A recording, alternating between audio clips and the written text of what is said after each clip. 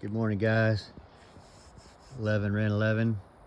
We're here. It's a beautiful day here today. Deep South. We're down here, Georgia Florida line. It's the 22nd of February 2026, and we're going to talk about predators today and the law of the jungle. So check this out. This is a section of a snake. I think it's either an oak snake or a pine snake. I think it's a pine snake. I have to go back and check it out in the book, but it was eating our eggs yesterday, so I laid it out here so the vultures or whatever can come get it. And I just want to show you what would happen down here in the Deep South. I'm going to zoom in here. What happens to anything that gets out on the ground, it'll get eaten literally alive by fire ants. Can you see them? And it's sort of a chilly day too. But look what they did.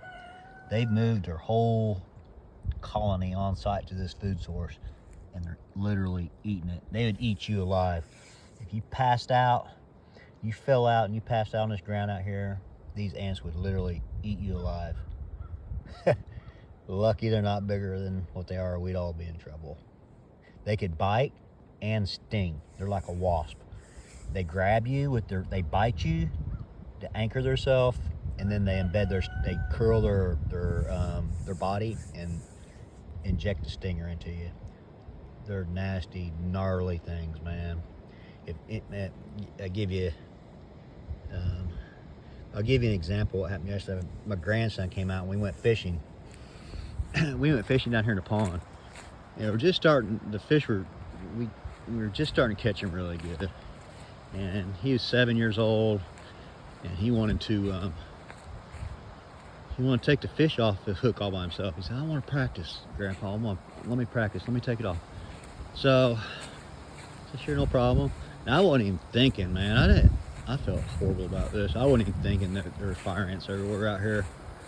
And we were fishing right down here. And let's see how much time we got.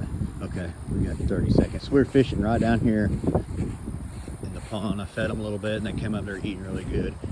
And he took the fish off, and he kneeled down right here to take the fish off, and he got bit like 3 or 4 times by fire ants. And that ended our trip because he's allergic to that kind of stuff. So, man, I felt horrible about that. If anybody knows any solutions to fire ants after they get bit,